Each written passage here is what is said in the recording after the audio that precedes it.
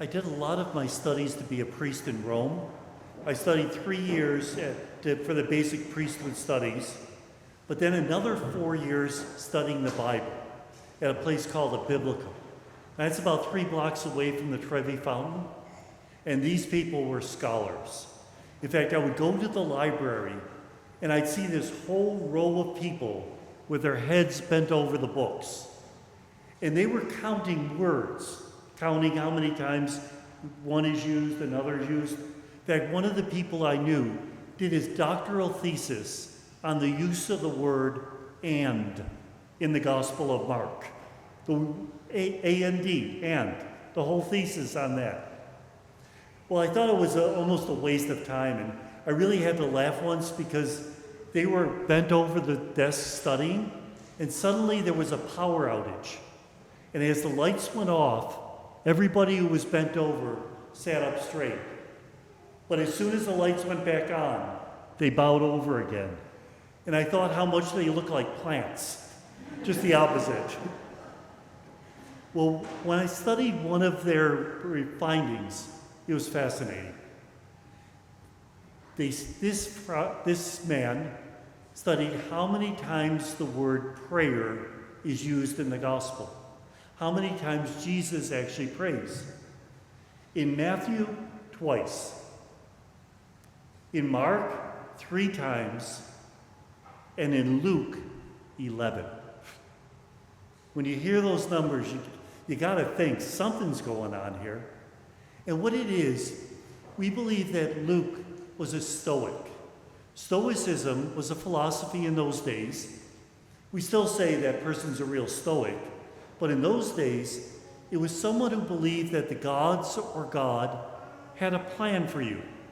And the way you would find peace in your life is to figure out that plan and follow it. And so Luke is showing Jesus trying to figure out the Father's plan and then following it with his whole heart. That's our goal as well. But we have to be a little careful because sometimes when we say God's will and our will, it sort of gets fuzzy where one begins and the other ends. St. Teresa of Avila, how do you make God laugh? Tell him your plans. But the other side, God helps those who help themselves. So which is it? And as always, when you have 2 choices in the Bible, the answer is yes. It's both of them. Because God does have a plan for us. Maybe a lifetime plan. Did God want you to come to church this afternoon? Probably yes. Did God want you to wear a blue shirt? You could take it or leave it. And sometimes it depends who you ask.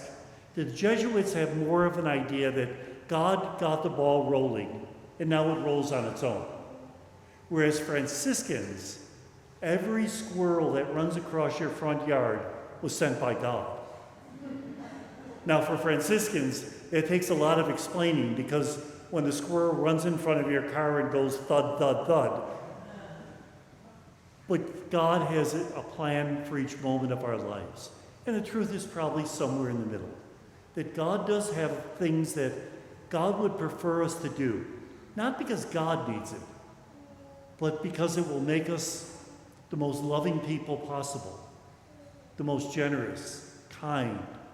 And that's what we're called to. Now, what happens if we mess up the plan? God's the ultimate opportunist.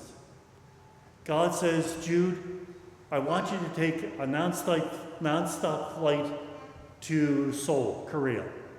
I say, God, I already have my tickets. I'm going to fly into Oakland, stay a day, and then fly to Korea.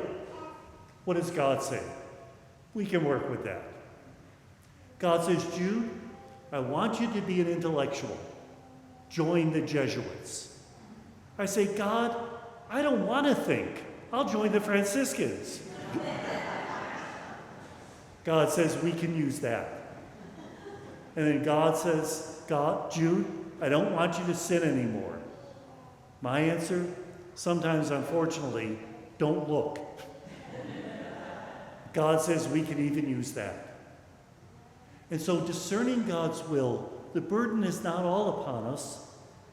But at the same time, when we discern it and follow it, we do find a real sense of peace. We're not in charge. God is. It's kind of like what I felt when I was diagnosed with cancer this past year and I started treatment. I had just come from a job where I was very busy in Rome, had been there 13 years, and now I get back and I'm going to have a sabbatical year off. Well, within a month, they discovered pulmonary embolisms and lung cancer. Worst sabbatical ever. But there was a tremendous sense of peace because I knew this was out of my hands. And I could trust that no matter which way it went, it's where God wanted me. That's the goal in our daily life. I wrote one of those pamphlets on discernment, if you want to know some of the actual steps. It includes looking for signs. It includes asking it spiritual advice, prayer, fasting. All of those things are very good. But ultimately, it includes surrender. We're not in charge.